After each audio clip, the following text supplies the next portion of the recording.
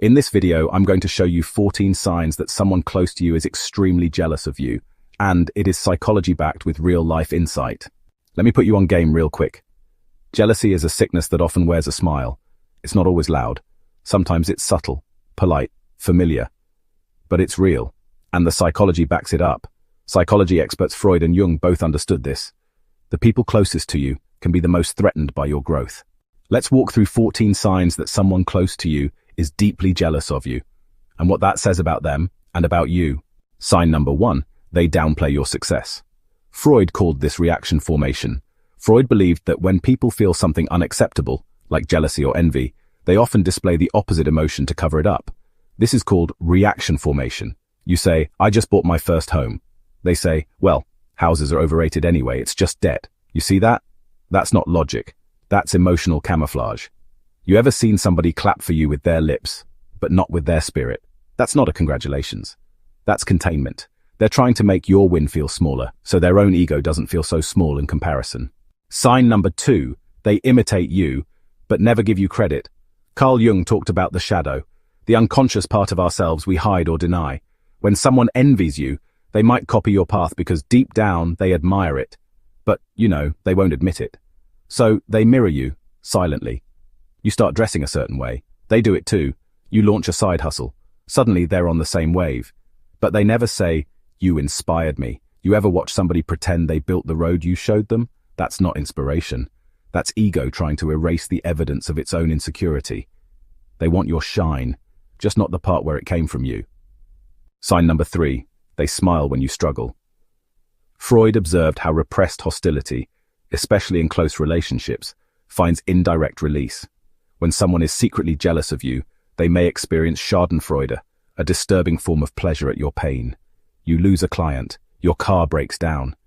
They say all the right words, but you feel that flicker of ease behind their eyes. Sometimes folks ain't praying for your healing. They're praying you stay hurt just long enough for them to catch up. That ain't love. That's a masked competitor. Sign number 4, they're silent when you win. Jung talked about emotional complexes, past wounds that distort current emotions. If someone was made to feel small growing up, your success may unconsciously reactivate their old pain. You finally get the grant you've been chasing for 2 years. The room claps. Your so-called friend looks at their phone, changes the subject. Silence is loud when it's supposed to be celebration. A real friend shows up when your light turns on. A jealous one leaves the room. Sign number 5. They hit you with backhanded compliments. Freud called this passive aggression, which is basically hostility expressed indirectly. It's like resentment wearing a polite mask. You might hear things like, "Wow, you actually lost the weight," or "I'm impressed." Actually, or maybe "You look good for your age." For these aren't really compliments. They're honestly insults dressed for Sunday service. A compliment with teeth? That's not praise. That's a bite covered in sugar. Sign number 6, they keep you in a box. Jung believed people tend to assign roles or archetypes to others, and when you outgrow the version of you they're used to, it threatens their sense of control. You've grown, matured, but they keep calling you the old you, like, "Oh please, you've always been a mess with money, but you just bought your second property." Some people, honestly, loved you more when you were losing, because it made their own lack feel less loud. They don't want the new you.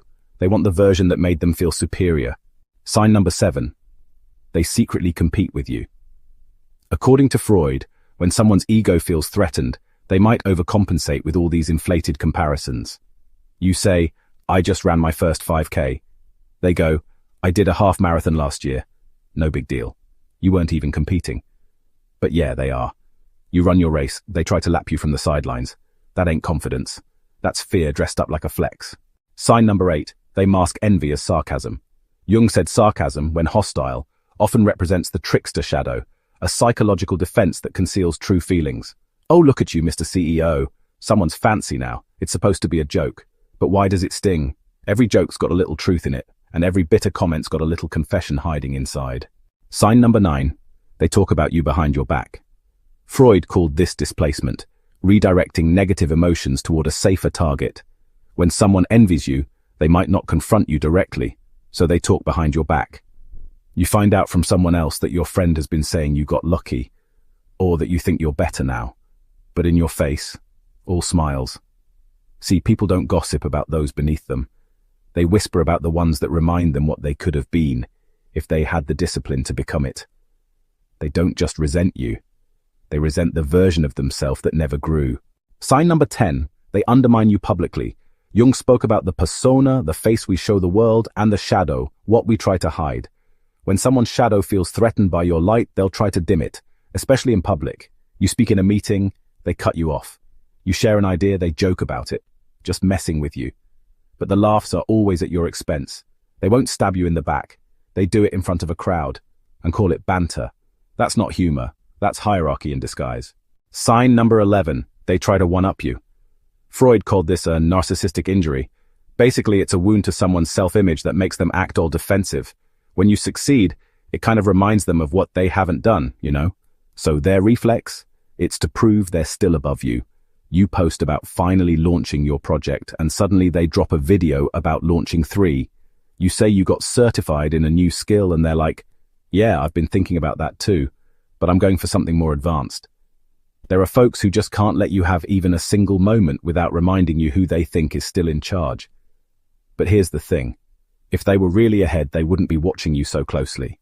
Sign number 12. They copy your goals and try to beat you there. Jung believed we often project envy onto people who show off aspects of our ideal self, not because we hate them, but because they remind us of what we haven't become yet. Let's say you start a podcast about healing, and then they start one too. Same theme, same cover style, even the same guests. Now it's like they're in this silent race to prove they're the better version. It's not that they don't like your dream. Honestly, they like it a bit too much. So much that they try to wear it like it's theirs, hoping, nobody remembers where they saw it first. Envy isn't always loud. Sometimes, it just looks like flattery with a stolen signature. Sign number 13. They never say, I'm proud of you. Freud talked about how withholding can actually be used as a form of control. When someone doesn't want to validate you, even when you totally deserve it, it's not just an oversight. It's a strategy. You graduate, get a job, launch a business, they're there, they see it. But they never say, you did good, not once.